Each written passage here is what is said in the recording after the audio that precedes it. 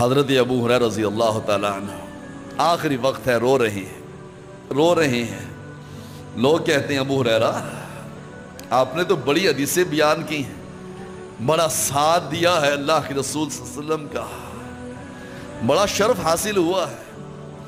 کہتے ہیں موت کا ڈر ہے، زندگی چاہیے، دنیا کی لالچ ہے۔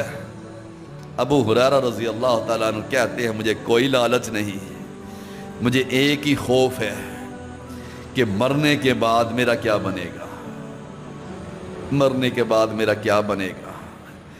آج یہی فکر لے کے اٹھیے کہ مرنے کے بعد میرا کیا بنے گا۔ ابھی لائٹ چلی جائے مسجد میں ہم پریشان ہو جاتے ہیں، کتنی بڑی مسجد ہے، ماشاءاللہ اللہ تعالیٰ اس کو آباد کرے، کتنی بڑی مسجد ہے، لائٹ چلی جائے حبس کی وجہ سے ہم باہر نکلنے کو کرتے ہیں۔ کبھی ہم نے سوچا کہ جس بھائی کو، رشتہ دار کو اس قبر میں اتار کر ہزاروں من مٹی میں ڈال کر اتنی سی گلی بنا کر اس میں ڈال دیں، کیا اس کا دل پریشان نہیں ہوتا؟